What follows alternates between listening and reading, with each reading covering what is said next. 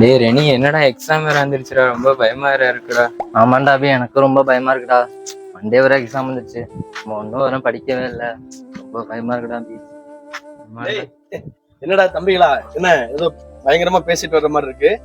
ஒன்றும் இல்லைண்ணே, திங்கக்கிழமை எக்ஸாம் வந்துச்சு. நாங்கள் டைம் வேற வேஸ்ட் பண்ணிட்டோம். ஒன்றும் படிக்கலண்ணா, பயமா. ஆமாண்ணே, ரொம்ப பயமா வேற இருக்கு. அதுக்கா பயப்படுறீங்க?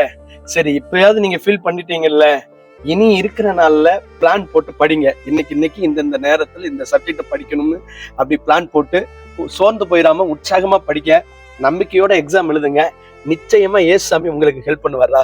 உங்களுக்கு மட்டும் இல்ல, பாத்துக்கிட்டு இருக்கிற தம்பி தங்கச்சி உங்களுக்கு தான். நிறைய நாளை வேஸ்ட் பண்ணிட்டோம் படிக்கலையேன்னு பயப்படுறீங்களா? கவலைப்படாதீங்க, பயப்படாதீங்க. இருக்கிற நாள்ல உற்சாகமா படிங்க. ஆமா, நல்லா நம்பிக்கையோட எக்ஸாம் எழுதுங்க. நிச்சயமா வெற்றியை ஏசப்பா தருவாங்க. பைபிள்ல ஒரு வார்த்தை இருக்குது, பயப்படாத, நான் உனக்கு துணை நிற்கிறேன்னு ஏசப்பா சொல்றாரு. அவர் உங்களுக்கு துணையா இருக்கும்போது நீங்க எதுக்கு பயப்படுறீங்க? நீங்க தான் படிக்க ஆரம்பிச்சுட்டீங்கல்ல, நம்பிக்கையோட எக்ஸாம் எழுதுங்க. ஏசப்பா உங்களுக்கு துணையா இருப்பார். உங்களுக்காக ஜெபம் பண்ணட்டா? கிருபையுள்ள பிதாவே, இரக்கமுள்ள ஆண்டவரே, எங்க பிள்ளைங்க படிக்க ஆரம்பிச்சிருக்கிறாங்க, அவங்க எக்ஸாம் எழுத போறாங்க. எல்லா பயத்தையும் கர்த்தர் எடுத்து போட்டு அவங்க நல்ல எக்ஸாம் எழுத உதவி செய்யுங்க.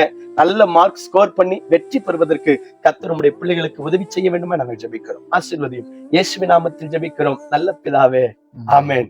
மறந்துடாதீங்க, உற்சாகமா படிக்கணும், நம்பிக்கையோட எழுதணும், ஏசப்பாட்ட பிரேயர் பண்ணணும். வெற்றி உங்களுக்கு தான். God bless you.